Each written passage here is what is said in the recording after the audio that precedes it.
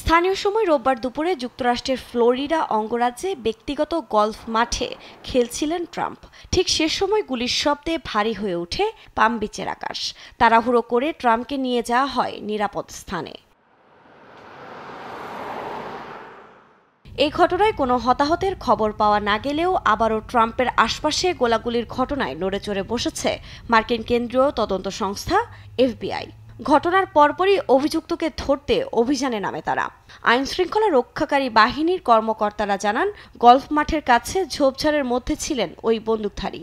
গুলি চালিয়ে পালিয়ে যাওয়ার সময় মার্টিন এলাকা থেকে রিয়ান ওলসলে রুথ নামে ওই হামলাকারীকে গ্রেফতার করে পুলিশ। এ সময় ওই ব্যক্তির কাছ থেকে AK-47 ঘরানার অস্ত্র জব্দ করেছেন নিরাপত্তা বাহিনীর সদস্যরা। ট্রাম্পের 400 থেকে 500 গজ দূর থেকে ওই হামলা চালানো হয়। একই সঙ্গে তাকে হত্যার জন্যই গুলি চালানো হয়েছে বলে ধারণা মার্কিন কেন্দ্রীয় গোয়েন্দা সংস্থার। তবে ওই বন্দুকধারী ট্রাম্পের দিকে কোনো গুলি চালানোর সুযোগ পেয়েছিলেন কিনা এখনও নিশ্চিত হওয়া যায়নি। সন্দেহভাজন এই মুহূর্তে আমাদের হেফাজতে আছেন, তবে তদন্ত এখনও শেষ হয়ে যায়নি। তার বিরুদ্ধে অভিযোগগুলো দায়ের করা হবে। আমরা এখনও নিশ্চিত নই যে সে ট্রাম্পকে লক্ষ্য করে হামলা চালাতে সক্ষম হয়েছিল কিনা।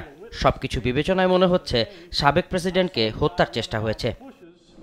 He jumped into a black Nissan and I took a picture of the vehicle and the tag, which was great.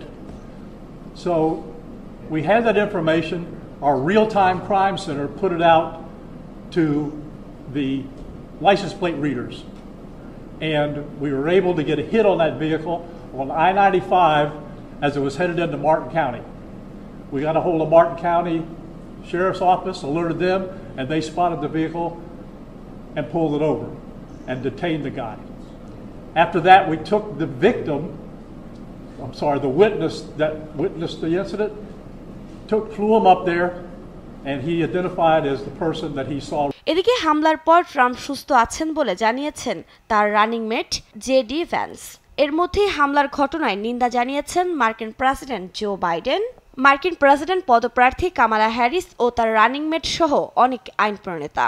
যুক্তরাষ্ট্রের মাটিতে সহিংসতার কোনো জায়গা নেই বলেও জানান তারা।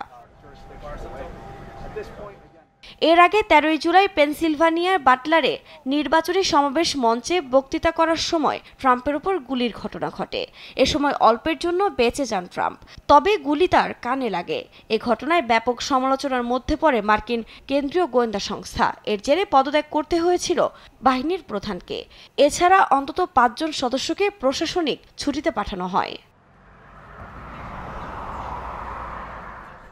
তবে আবারও ঘটনার পুনরাবৃত্তি হওয়ায় আঙ্গুল FBI-এর দিকেই উঠবে বলে মনে করছেন বিশ্লেষকরা। ট্রাম্পের নিরাপত্তা দিতে ব্যর্থ বলছেন কেউ কেউ। একসঙ্গে এবারই শেষ নয়, নির্বাচনের আগে যুক্তরাষ্ট্রের রাজনৈতিক সহিংসতা আরও বাড়তে পারে বলেও ধারণা তাদের। আফরিন মৌ, নিউজ ডেস্ক, দেশ টিভি।